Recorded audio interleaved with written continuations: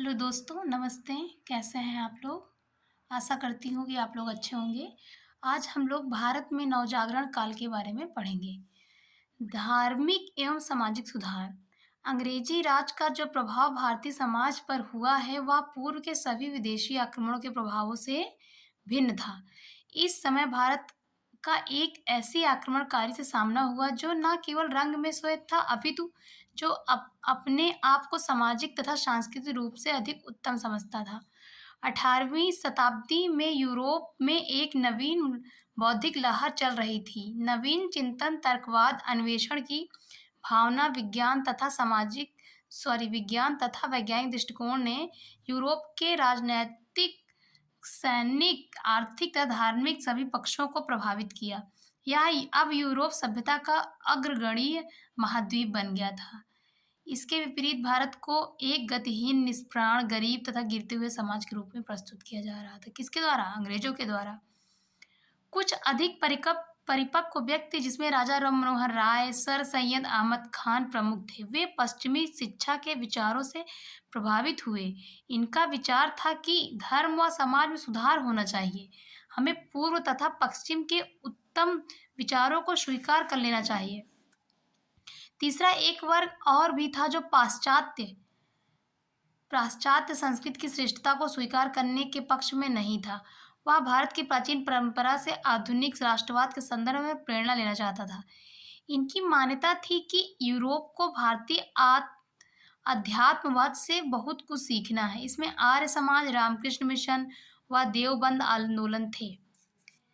अंग्रेजी शिक्षा पाश्चात्य विचार, तर्कवाद, विज्ञानवाद तथा मानवतावाद से प्रभावित होकर भारतीयों ने अपने अपने धर्म को सुधारने का प्रयत्न किया। धर्म को तर्क से मापा जाने लगा और धर्म में जो विसंगतियां थीं उन्हें छोड़ा जाने लगा। सामाजिक कुरीतियों के प्रति सामाजिक सोच में बदलाव आया। अंधविश्वास, कर्मकांड इत्यादि को तर्क के तराजू पर तौलकर धर्म में सुधार किया गया। अब हम लोग आगे बढ़ते हैं दोस्तों। धार्मिक सुधार आंदोलन। इन सभी के फलस्वरूप भारतीय समाज में कुछ धार्मिक व सामाजिक सुधार आंदोलन प्रारंभ हुए। इस आंदोलन ने भारतीय समाज का न केवल रूप ही बदल दिया, अपितु भारत के आधुनिकीकरण में महत्वपूर्ण योगदान दिया। भारत में लगभग सभी सामाजिक कुरीतियां धार्मिक मान्यताओं पर आधारित थी, इसलिए धर्म को सुधारे बिना समाज सुधार संभव नहीं था। भारतीय जीवन के विभिन्न पक्षों में इनका बहुत निकट का संबंध था। जैसे सती विधवाओं को पुनर्विवाह पर निषेध तथा देवदासी प्रथा जैसी धार्मिक मान्यता समाप्त हुए। बिना उनका सामाजिक कल्याण संभव नहीं हुआ। आइए कुछ समाज सुधारकों के योगदान को जानें। पहले दोस्तों हम आगे बढ़ते हैं।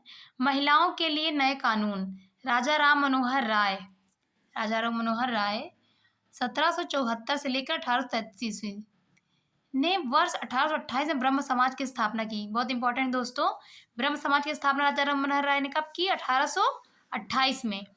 इन्होंने समाज सुधार के अनेक कार्य किए, जैसे बाल विवाह, बहुपत्नी प्रथा, जाति व्यवस्था, पर्दा प्रथा का विरोध किया, विधवा पुनर्विवाह, अंतरजातीय विवाह, महिलाओं के अधिकार, महिलाओं की शिक्षा के पक्षधर थे। मूर्ति पूजा तथा व्यर्थ के कर्मकांडों में उनका विश्वास नहीं था। कष्टप्रद जाति व्यवस्था तथा अस्पृश्यता के विरोधी थे। वेद तथा उपनिषदों का स्थानीय बोलियों में अनुवाद किया। अंग्रेजी विद्यालयों, हिंदू कॉलेज, वेदांत कॉलेज की स्थापना की। कौन कौन से कॉलेज की स्थापना की राजा राम मनोहर राय ने दोस्तों? हिंदू कॉलेज तथा वेदांत कॉलेज की स्थापना की। राजा राम मनोहर का जन्म कब हुआ था दोस्तों? 1774 में। कब हुआ था? 1774 में। और मृत्यु कब हुई थी? 1833 में। और इन्होंने ब्रह्म समाज की स्थापना कब की? 1828 में। इंपॉर्टेंट है ये।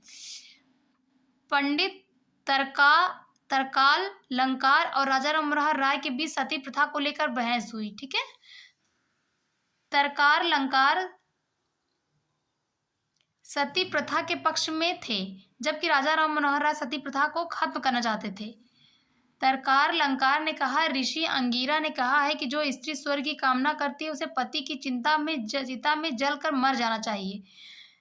राम मोहन पर मनु और यज्ञवल्क्य ने कहा है कि पति की मृत्यु के बाद स्त्री को सरल व सादा जीवन बिताना चाहिए। उन्होंने विधवा स्त्री को सती होने के लिए कहा। पंडित तरलंकार, यह बात तो किसी शास्त्र में नहीं लिखी, पर हमारे देश में ऐसा करना एक बहुत पुरानी परंपरा है, इसलिए सती को होनी ही चाहिए।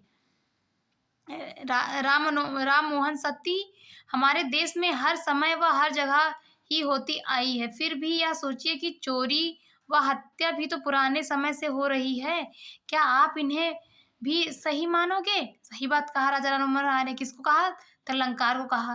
पुरानी होने के बावजूद हम चोरी व हत्या जैसे अपराधों का विरोध करते हैं। वैसे ही सती प्रथा स्त्री हत्या है। सही बात है। एक अमानवीय अपराध है, अतः इसे बंद करना चाहिए। राजा राम मनोहर राय की कोशिशों के कारण लॉर्ड बेंटिक ने 1829 में, कब दोस्तों? 1829 में सती प्रथा रोकने का कानून बनाया। ईश्वर चंद्र विद्यासागर, कौन? ईश्वर चंद्र विद्यासागर का जन्म कब हुआ? 1820 में और मृत्यु कब हुई? 1891 में। एक महान समाज सुधारक, लेखक एवं शिक्षक थे। ये समाज की कुरीतियों को बदलने के लिए निरंतर कार्य कर रहे थे। इन्होंने भारत में बहुपत्नी एवं बाल विवाह का जोरदार विरोध किया, विधवा पुनर्विवाह और महिला शिक्षा का समर्थन किया। इन्हीं के प्रयासों से ब्रिटिश सरकार ने 1856 में, कब दोस्तों? 1856 में विधवा पुनर्विवाह अधिनियम पारित किया। इंपॉर्टेंट है दोस्तों। विधवा पुनर्विवाह ब्रिटिश सरकार ने किसके सहयोग से किया? अधिनियम पारित किया ईश्वर चंद्र विद्यासागर, जिससे विधवाओं के पुनर्विवाह के कानूनी मान्यता मिली। कब अधिनियम पारित हुआ? 1856 में। अब हम लोग आगे बढ़ते हैं दोस्तों।